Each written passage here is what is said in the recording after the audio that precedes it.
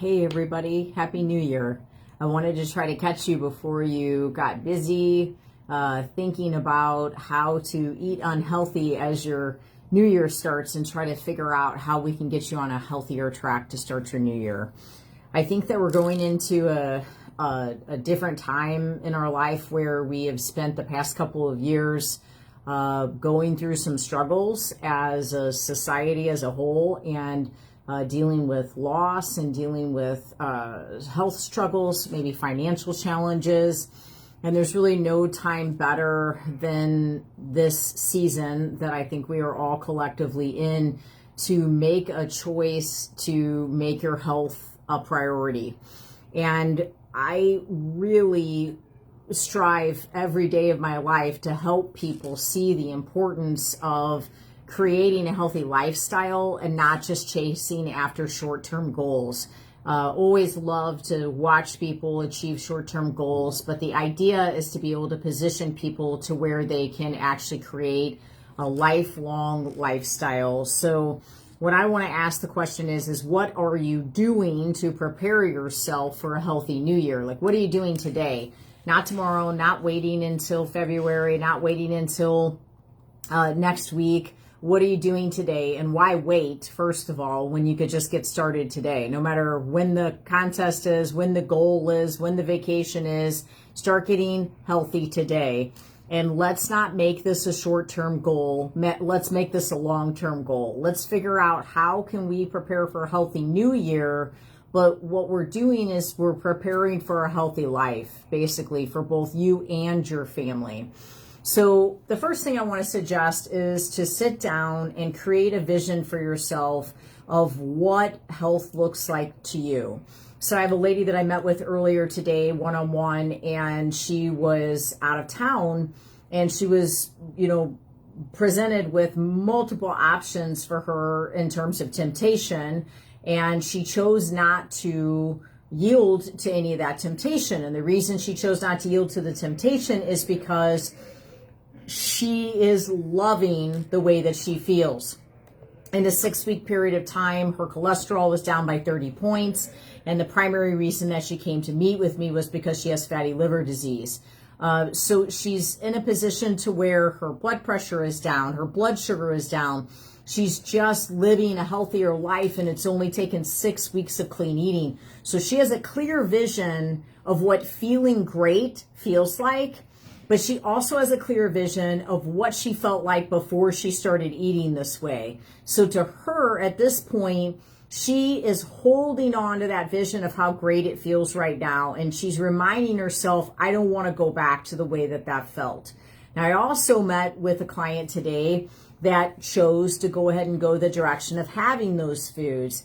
And we're not even mentioning the foods of what they are or trying to demonize anything. We're just saying that they ate some processed, chemically laden, poisonous foods, which a lot of people do on a regular basis. But her body is still responding, and it's a week later. And so she's struggling with how she feels, and she's now struggling with the desire to have sugar every single day when she was in a position to where she wasn't wanting or feeling like she needed sugar. She could be around people that were having sugar, and she didn't even have a desire for it. But now she's spending every day of her life having that desire again. Now, eventually she'll get herself back to where that will start to die off, but she's had a really challenging week. And she said, the meal that I had was not worth it. Okay, so when I say create a vision of what health looks like to you, that is not going out on Pinterest or going out on Instagram and finding like this male or female picture of someone who is half naked and looking awesome. That's not what I'm asking. Now, there's nothing wrong with desiring after having an attractive physique, and there's nothing wrong with wanting to create a pattern of goals and making choices to where you can eventually look a certain way. But at the end of the day, that can be so short-lived. In my opinion, and in the over 20 years of doing this, if you're not chasing after health and health is not your primary priority, it's not going to stick. Okay, so you will achieve the body. I've watched my husband go through several different shapes. I helped him lose 100 pounds. He got down to 215. He then wanted to put on tons of muscle and look like The Rock. I watched him get up to 270 pounds, and he was solid as a rock. Then I watched him get down to 250 pounds and still be super strong. And then I watched him get down to 217 pounds for his jiu-jitsu competition, and he was super shredded. But at the end of the day, he needs to find health in that. So you can chase off of after all of these short-term goals. But what's the in between? When you're not chasing after the goal, where do you find satisfaction? Where is your home base? And so when you're thinking about what does health look like to you, what that needs to be is, what does the blood work look like? What does your energy look like? What does your mental clarity look like? What does your skin look like? How do you fit in your clothes? What size does that mean you are? How much more patient are you? How much more kind are you? How hard of a worker? Much harder of a worker are you? How much more disciplined are you in your decisions? How much more faith-filled are you? These all are signs and signals of health. And so that's the perspective that you're looking for. You want that vision. And if you've ever achieved that, just like the lady I mentioned earlier, get a picture of it. Take a picture of yourself when you felt that great, when your body was set up that well, when everything was lined up for you. Get a picture of yourself that way. And I'm telling you what, put that picture wherever you need it. If it's on your refrigerator, if it's in your car, if it's in your purse, I don't care where it is, but I'd probably put it on the refrigerator because it's definitely the place where you're going to yield to temptation the most. And just remind yourself, is what I'm about to get out of there going to help me to accomplish this? And don't make it about the scale. Don't make it about the body fat percentage. Make it about how you felt. How did you feel? How did you love? How did you care for people? How were you able to do all that you do in a day? So create a vision for yourself, and what does health actually look like for you? Another thing I think you should consider is creating in your mind, focus on creating a life that is worth fighting for. My assistant said that the other day, is just this year, I want to create a life that's worth fighting for. I don't want to just live. And I said, you want to thrive? And she said, yes. And I said, so create that vision for yourself. Figure out, what is it going to take to thrive? What do you have to be doing, to truly, truly thrive? So what is a life that's worth fighting for? Well, in my opinion, one of the first things is, where do you spend the bulk of your time, and who are you spending the bulk of your time with? I spend my time changing lives. So I am incredibly passionate about what I do every day. I actually get a lot of trouble from people about how much I work. Not my family. My husband loves what I do, and he loves how committed I am. But I will have people message me and say, Debbie, you need to take a day off. Debbie, you shouldn't work as much as you do. But they don't understand that I'm serving God in what I do every single day. I'm incredibly passionate about it, and I love it. So when I'm on vacation and I'm doing a video about cooking, I'm loving every minute of that video. I don't feel like it's work. I don't feel like this video is work. It's New Year's Eve and I'm sitting in my office. My husband's out there training, and I'm talking to you about this because I'm that passionate about it. And I pray and believe, God, that one thing I'll say during this message will prompt one of you to decide that you're going to do something different tomorrow, and you're going to wake up healthier, and then your family is going to be healthier. And that is why I woke up today. So for me, creating a life that's worth fighting for, the first thing is, where do I spend the bulk of my time? Well, do something that you're passionate about. Maybe you don't have that job yet, right? Maybe it's a job that you're not passionate about. I don't know. Maybe you're delivering pizzas and you're not passionate about it, but guess what?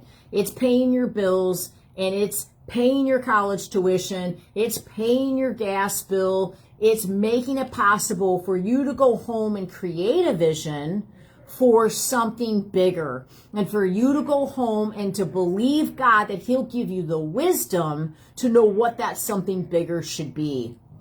So get out of the cycle of making bad habits, creating bad habits. Get out of the cycle.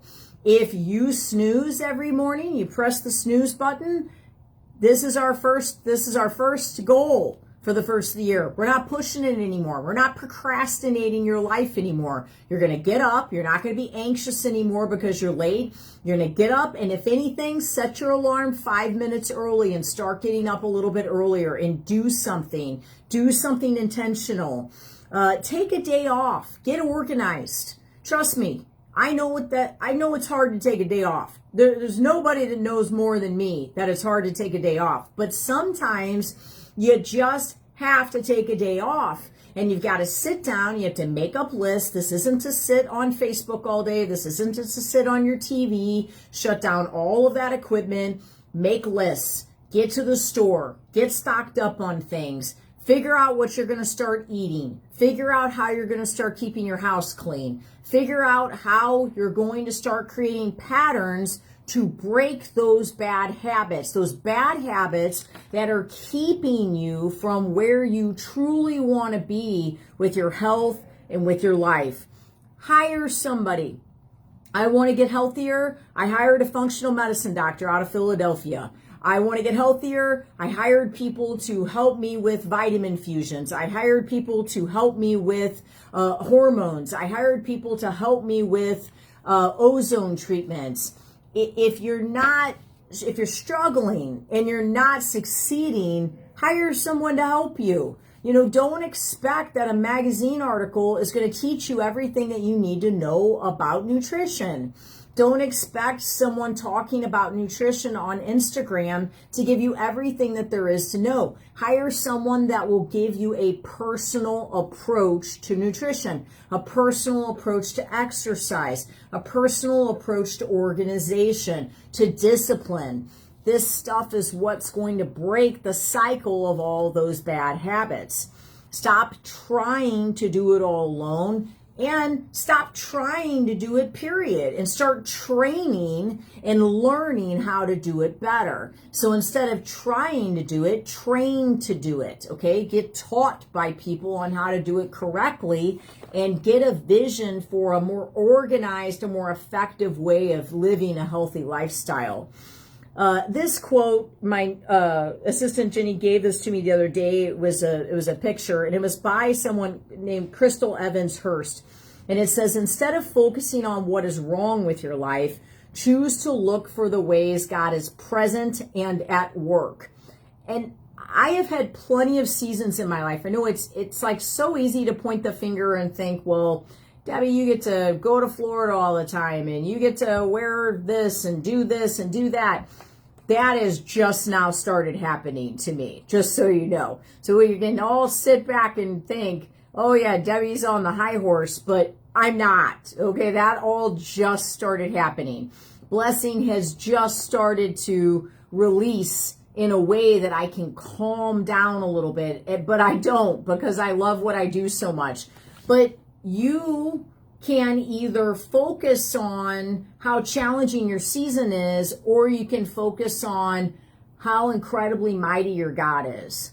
Okay, and I have had some incredibly challenging seasons, whether they be with my health, whether it be financial, whether it be starting a new business and trying to maintain a business during a shutdown, trying to make sure that my employees got paid when I didn't even get paid, giving them money before I got money and didn't even have any money. There were plenty of seasons in my life where I was challenged. But I can tell you, you can talk to my 9-year-old during those seasons. Her Debbie mama sat and believed God for breakthrough.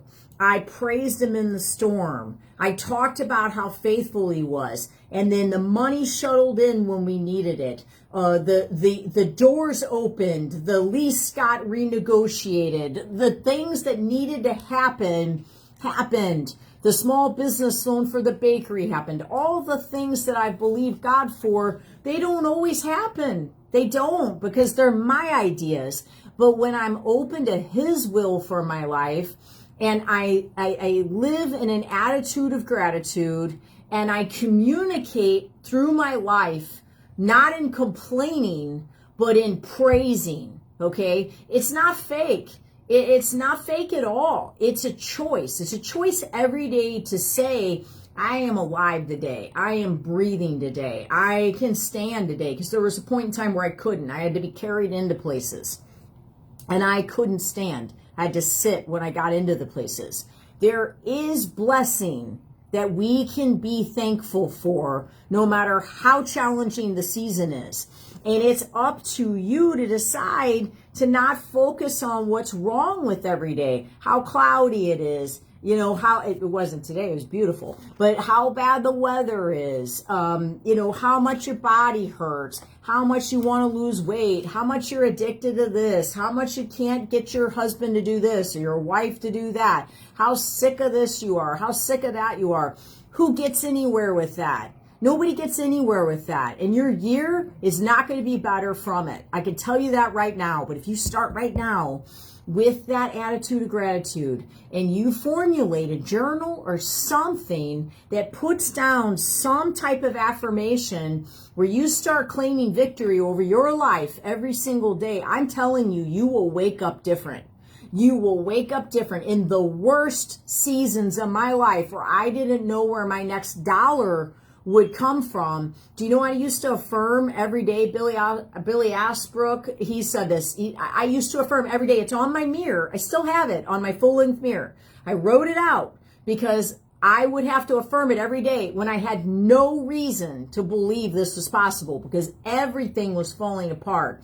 I would say, money comes to me easily. God's favor surrounds me like a shield. I will lend and not borrow. Those would be the things that I would say every single day, even though it never, ever looked like I was getting out of where I was. I got out of where I was. And it came like a flood, but it came from a lot of really hard work. And there's still a lot of struggle and there's still a lot of challenge. But I choose not to let that weigh me so heavy that I can't see the blessing in each day. There's great blessing in each day. I don't have cancer. I don't have a family member with cancer. I'm not dying and none of my family members are dying. You know, I have breath. And with that breath, I'm going to praise the Lord. And I do it every single day. That doesn't mean that there is not going to be complication. But those affirmations, those choices to continually speak and repeat more positive energy in your life, it changes everything. Now, I will tell you that there is a YouTube video out there. It's from TD Jakes. And if you go out to YouTube and you type in TD Jakes and you type in head first, that is an excellent, excellent video. It's like 4 minutes long. It's so good. And in the beginning, the guy is saying, if I can take it, I can make it. And so I think that's outstanding. But the first thing he says is the most powerful tool that you have in your life is your mind. And that the enemy will fight you the most in your mind. But in my opinion, you have power and authority over the enemy. That's what Christ died for. He is under your feet so you can pray and believe for a refreshed, renewed spirit and a renewed mind. But it's your responsibility. It's a habit just like the clean eating is, just like the exercise is. You've got to wake up and you have to say, God, give me a new mind. Give me a fresh mind. Give me a fresh spirit.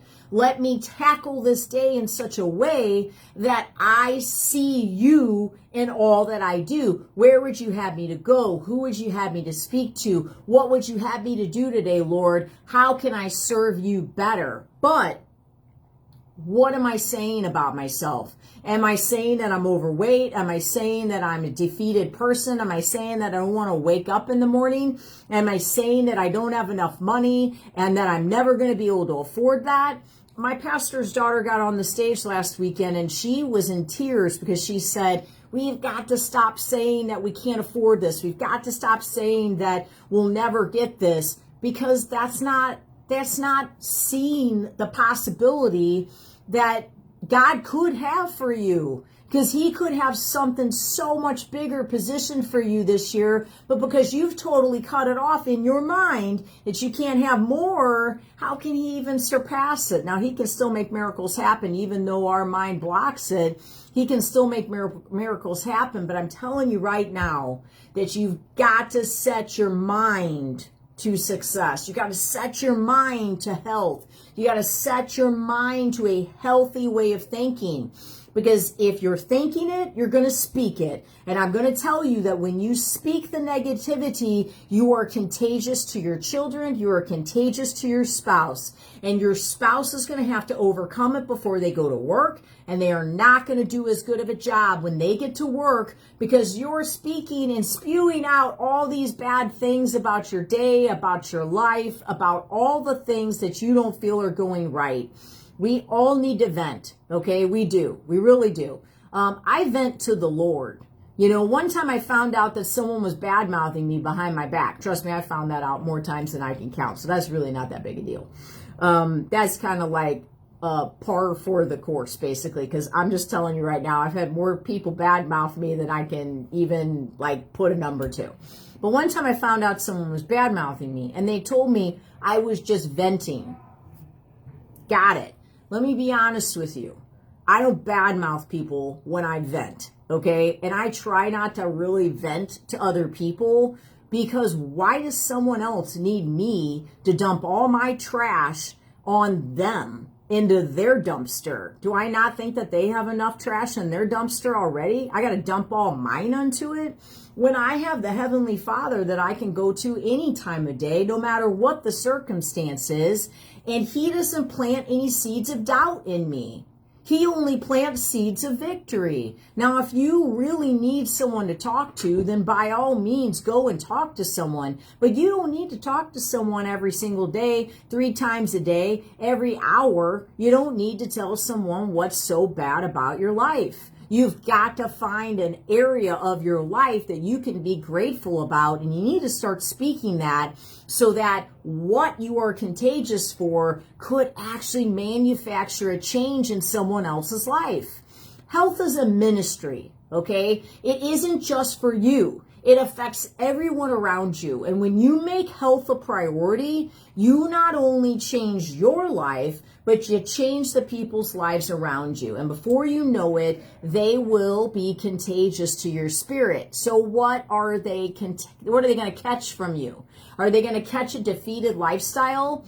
Even though someone's blessed, they just can't see it. Are they gonna catch that you talk bad about your spouse? Are they gonna catch that you talk bad about your boss? Are they then now gonna start talking bad about their spouse? Are they gonna start talking bad about their boss? When at the end of the day, none of it makes anyone's life any better. There's no progress in any of it. Where the progress is when you can truly train your mind into a place where no matter what the circumstances, no matter what the storm is, you can find some blessing in it. Because at the end of the day, if you woke up today and you're still breathing, there is blessing in your day. Because I know a couple people in the past 2 weeks that took their last breath. And I know their spouses are missing them very much right now.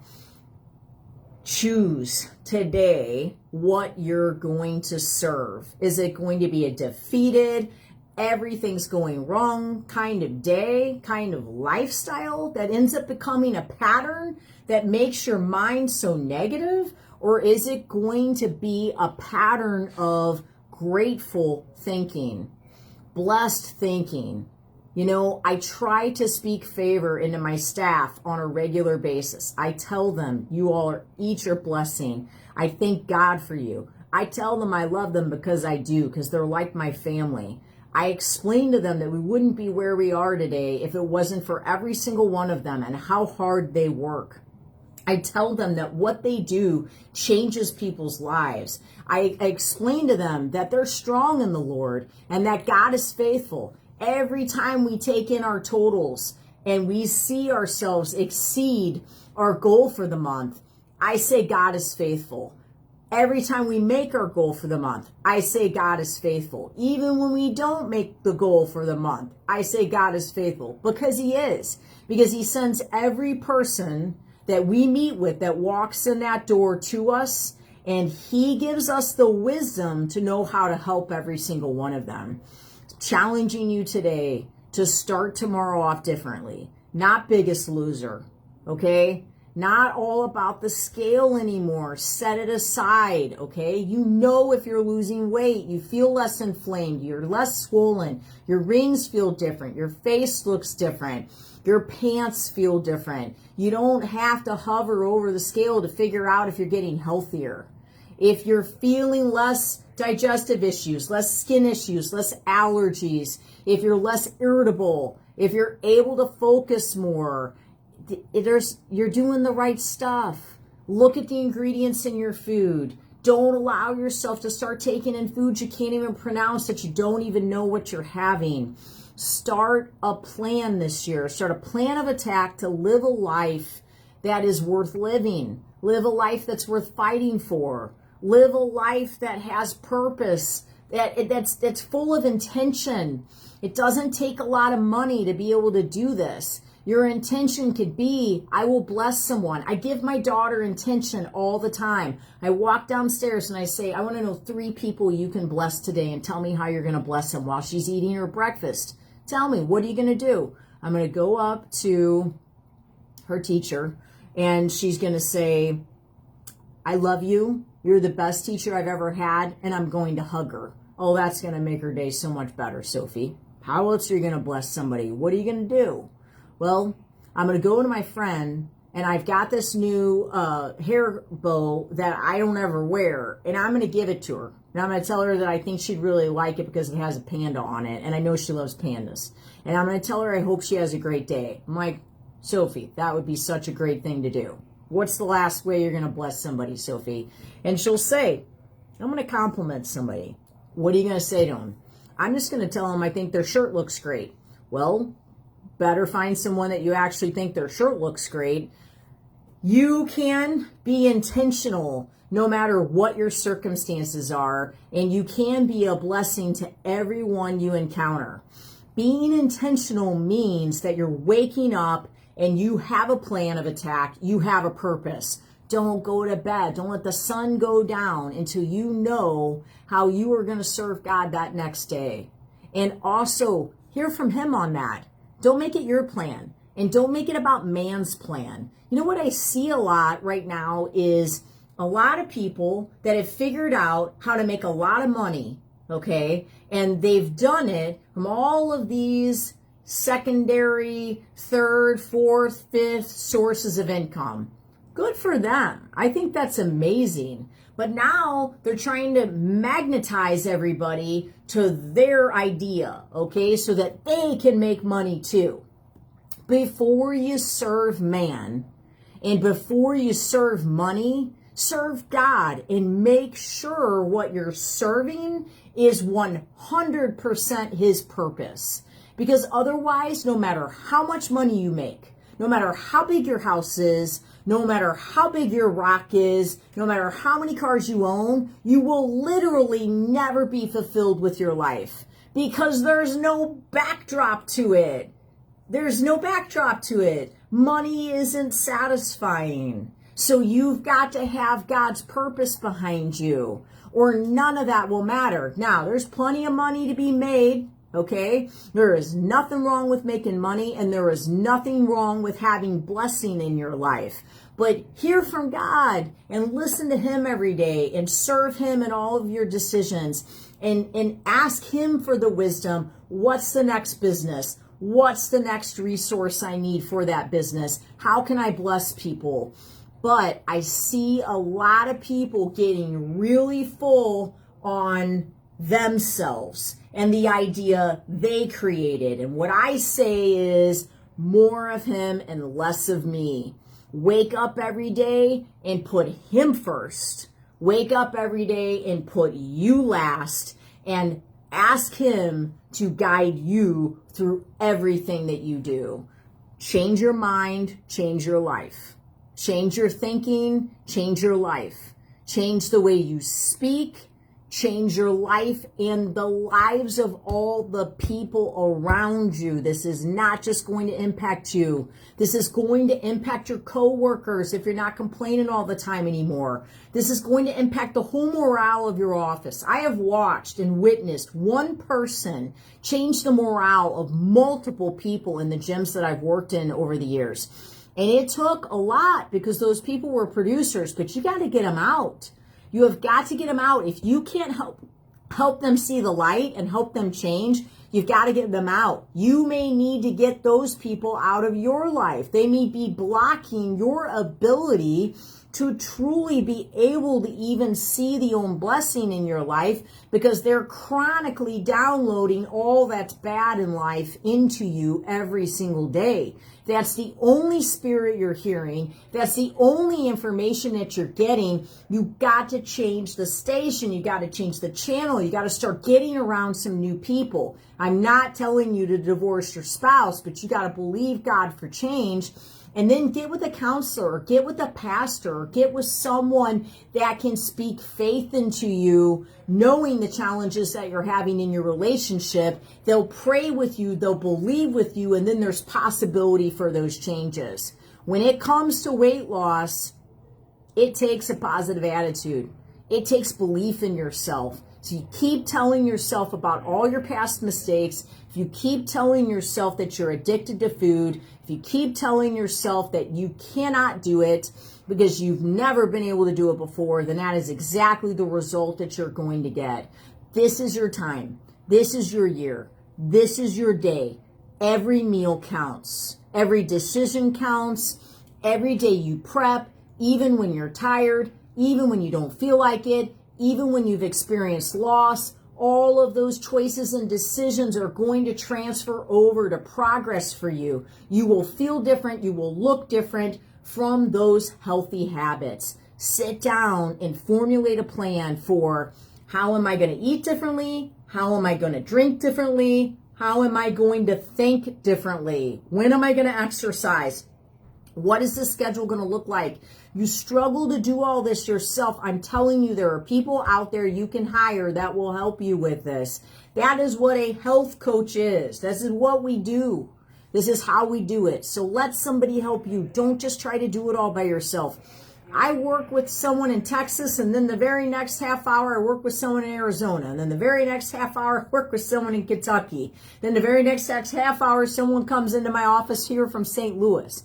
And yesterday, I had someone drive in from Springfield, Missouri, and they came in my office and I got to see them. It doesn't have to be in person. The doctor I worked with was in Philadelphia. So there's always the option. It doesn't have to be someone that you meet with one-on-one, but there's an answer. There's a way.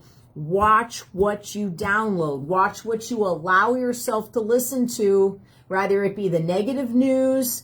I struggle. I don't know anything about what's going on in the world. The other day, John told me Prince died. I had no idea because I don't watch or listen to the news anymore. He told me Kenny Rogers died. I had no idea. I don't watch or listen to the news anymore. I'm not saying that's good, but I couldn't do it anymore. I just can't keep hearing about how many people are dying. I can't keep hearing about the virus. I just can't. I know it's a real thing, but I also know that God is bigger. He's bigger than all of it. So I'm going to believe in faith for him that he's going to be able to overcome it. But what are you choosing to spend your time listening to?